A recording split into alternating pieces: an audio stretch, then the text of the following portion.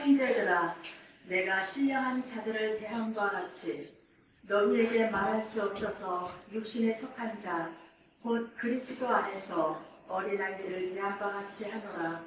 내가 너희를 저주로 먹이고 밥으로 아니하였노니 이는 너희가 감당치 못하였으니거니와 지금도 못하리라. 형제들아, 내가 신령한 자들에게 대항같이 너희에게 말할 수 없어서 육신에 속한 자 그리스도 안에서 어린아이들을 대항과 같이 하노라. 성경적으로 생각하지 않으면 어린아이를 어디까지 보냐 이거죠. 유치원생, 초등학생.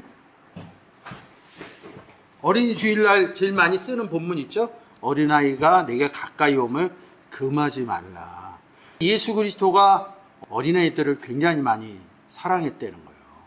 유치부나 유년부 이런 데 신경을 많이 쓰고 또 어린이 사역하는 교회들이 별도로 있어요. 어린이라는 단어는 여러 단어로 써요. 한번 볼까요? 네피오스, 파이스 이런 여러 단어로 써요. 단어로 이렇게 나오는데 이 단어는 좀 개념적으로 가야 돼요.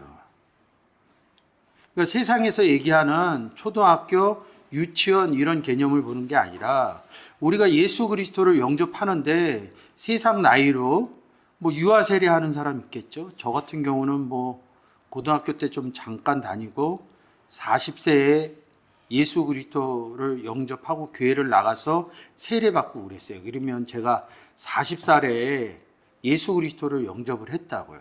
근데 성경에서는 뭐라고 그러냐면 요한복음 1장 12절 13절 한 번이죠. 제가 40살에 예수 그리스도를 영접했다 그러면 12절 13절 읽어줘보세요.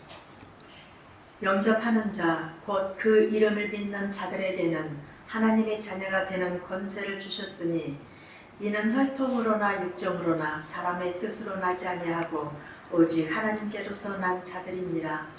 영접을 하면 세상 나이하고 상관없이 그때서부터 하나님께 난 자들이 돼. 새롭게 됐다, 새롭게 태어났다, 새 사람이 되었다 이런 부분을 쓰는 거예요. 여기까지는 잘 써.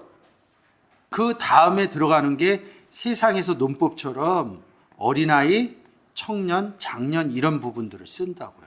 예수 그리스도를 영접하면 그 순간서부터 어린아이라고 부른다는 거죠. 뭐 초등학생, 유치원생 이러는 게 아니라 젖으로 먹였다 이런다고 이렇게 어린아이라는 거죠. 이 부분이 의식구조로 좀 바뀌어져야 돼요. 예수 그리스도가 어린아이가 내게 가까이 오는 것을 막지 마라 이런다고. 누구 막지 말라고 그런 거예요? 제자들 오는 것을 막지 말아라. 제자들 중에 여럿이 있는데 그 본문에서 보면 누가 크냐고 막 싸워.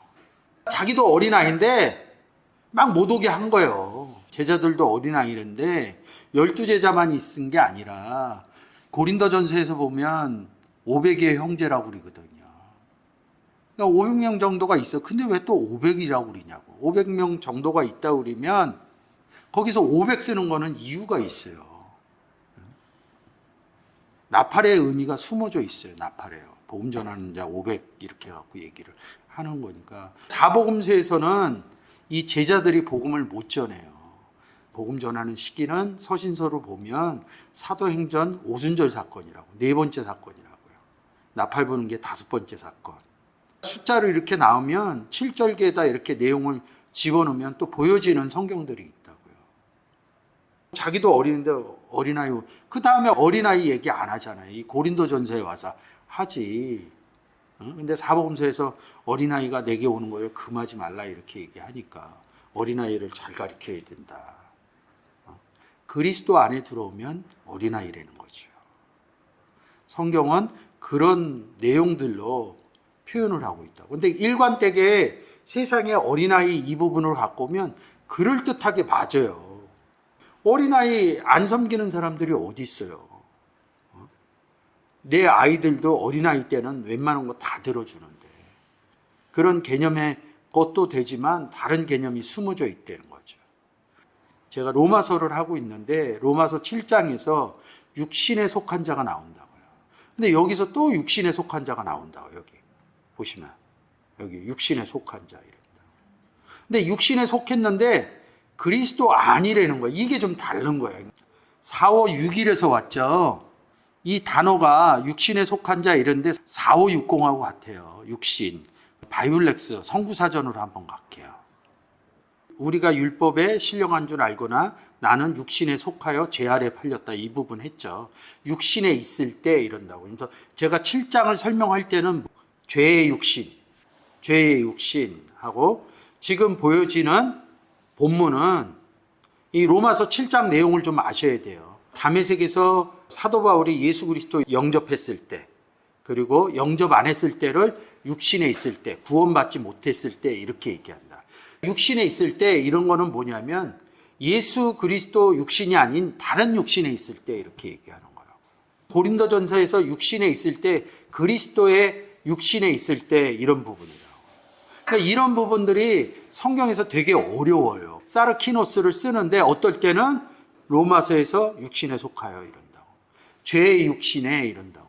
근데 오늘 보는 고린도전서에서는 의의 육신, 예수 그리스도를 의라고 그리고요. 예수 그리스도를 영접 못했을 때 죄의 육신, 예수 그리스도를 영접했을 때는 의의 육신 이런 표현이 있다.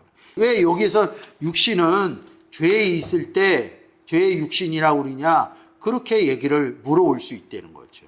거기에 가늠되는 구절이 있죠. 본문으로 갈게요. 육신에 속한 자인데 그리스도의 육신에 속하는 자예요. 로마서 여기 지금 나오거든요. 육신에 있을 때, 법을 깨닫지 못할 때 이런다. 여기 육신이나 5절의 육신이나 똑같은 거라는 거죠. 고린도전서 3장으로 갈게요. 육신에 속한 자 이런다고. 근데 이런 게 가늠이 안 오면 로마서에서 7장에 설명, 이거 죄 있는 자다 이렇게 했는데 여기서 이꼬로 곧 그리스도 안에서 어린아이 이런다고요. 기준점은 그리스도 아니라고. 로마서 7장에 육신에 있을 때는 그리스도 안에 못 들어간 육신, 여기는 그리스도 안에 들어간 육신 이런 거라고. 어느 단어든지 두 가지 단어가 있다는 거죠. 기준점이 단어 갖고 세 가지를 하잖아. 하나님 빛이다, 예수 그리스도 빛이다, 그리고 우리 빛이다. 하나님 성전이다, 예수 그리스도 성전이다, 우리 성전이다. 하나님 성령이다, 영이다, 그리고 예수 그리스도 영이다, 그리고 주와 합한 자 영이다. 그래서 단어의 세 가지 속성, 이렇게 하나님, 예수 그리스도 영접한 나, 이걸 표현을 한다는 거죠.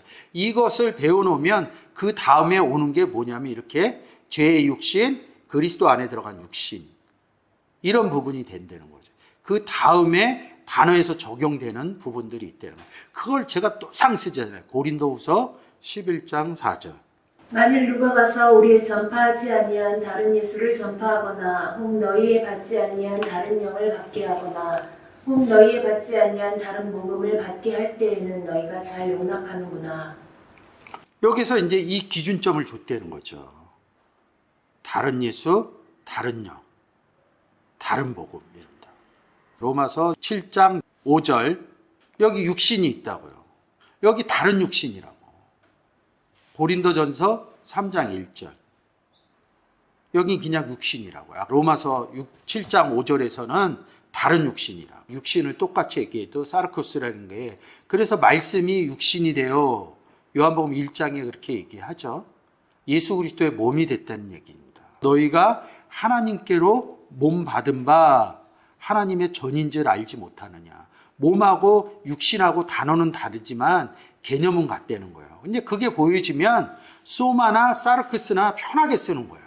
저는 그게 모를 때는 사르크스에는 뭐 또 다른 효능이 있나 보다, 소마에는 다른 효능이 있나 보다, 그런데 표현을 그렇게 한 거예요. 소마는 구원하다, 소저라는 의미로 풀어내는 거고요. 사르크스는 싸로 쓸어내다 이런다고요. 그 육신 안에 뭘 들어있는 것을 청소해버렸다, 이런 의미가 숨어져 있는 거라고요. 그거에 따라서 설명을 해준다고요. 그 부분으로 구원에 관해서 해준 거예요. 그리스도 안에서 어린아이 이렇게 얘기하면 이 어린아이는 뭐예요? 영접받은 어린아이, 하나님께로부터 태어난 어린아이, 이렇게 보셔야죠. 2절 읽어줘 보세요. 내가 너희를 저주로 먹이고 밥으로 아니하였노니 너희가 감당치 못하였음이거니와 지금도 못하리라. 이 구절을 보면 젖으로 먹였다 그러잖아요. 히브리서에서 뭐라 그래요? 딱딱한 것으로. 이제 그 부분이 이제 생각이 난다고요. 그러니까 장성한 자 얘기 나오죠. 어린아이하고 장성한 자 한다고요. 크게 나누면 어린아이하고 장성한 자 두 개뿐이 없다고. 근데 청년들아 아비들아 이렇게 쓰니까 그거는 그때그때 설명하면 돼요. 단단한 식물을 먹는 장성한 자가 있다는 거죠. 그러니까 여기에서 뭐야? 어린아이는 젖으로 먹고 이 밥으로 아니하이는 단단한 식물을 주지 않았다는 거예요. 이 단단한 식물은요, 나중에 성장하면 자기가 깨달아요. 그랬던 게 뭐냐면 제자들이 오순절 단단한 식물을 먹기 시작하는 건 뭐냐면 내 안에 하나님 계시고 내 안에 예수 그리스도가 아는 순간 단단한 식물과 성경이 풀어지기 시작합니다. 근데 많은 사람들이 내 안에서 하나님이 역사하신다, 하나님이 농부로서 포도나무가 열매 맺는다, 이 부분이 적용이 안 되는 거지. 이 부분이 적용이 되고 나서 문장이 풀려야 되거든. 3절 한번 읽어줘 보세요. 너희가 아직도 육신에 속한 자로다. 너희 가운데 시기와 분쟁이 있으니 어찌 육신에 속하여 사람을 따라 행함이 아니니요. 그러니까 육신에 속했다는 거예요. 그러면 여기서 제가 설명을 해드리면 그게 아니에요. 어린아이기 때문에 싸운다는 거예요. 싸우고 뭐하고 이러니까 안 좋다 이런 부분으로 보는 거예요. 제가 가끔 이런 얘기 하냐고요. 그런 짓 한다고 사람이 아니냐고. 기준점을 얘기하는 거지 더 기준점인데 사람인데 그렇게 하면 안 된다는 거예요. 어렸을 땐 싸워요. 어린아이가 곁에 오는 걸 누가 막아요? 제자들이 막는다고요. 다른 제자를 막는다고요. 그게 시기와 분쟁이라고 보여지는. 어느 각도에서 성경을 보느냐 이런 부분이에요. 그래서 시기의 분쟁이 왜 일어났어요? 4절. 어떤 이는 말하되 나는 바울에게라 하고 다른 이는 나는 아볼로에게라 하니 너희가 사람이 아니리요. 바울은 누구고 아볼로는 누구예요? 가르치는 자들이거든요. 복음 전하는 자들이거든요. 바울이나 아볼로를 통해서 그렇게 한다고요. 그러니까 누굴 바울을 따라가고 아볼로를 따라간다. 요즘 기독교 역사가 그러죠. 그럼 바울이나 아볼로 따라가는 건 더 중요해요. 근데 바울 안에 누가 있는데? 아버지와 예수 그리스도가 있음을 봐야죠. 그러면 지금 이 어린아이들 안에는 누가 있는데? 아버지와 예수 그리스도가 있음을 보게 되면 그러면 장성한 자가 된다는 거예요. 교회 저 따라오면 안 됩니다 이렇게 얘기하는 이유가 그런 거라고요. 저 따라오기 시작하고 여기 또 사역자 세우기 시작해서 그러면 더 친해지면 그 사람 따라간다니까요. 복음의 뜻대로 안 움직여진다니까요. 그래서 그 부분을 잘 아셨으면 좋겠어요. 잘 아시면 이게 육신에 속한 자나 어린아이나 이런 부분들이 정리가 된다는 거죠.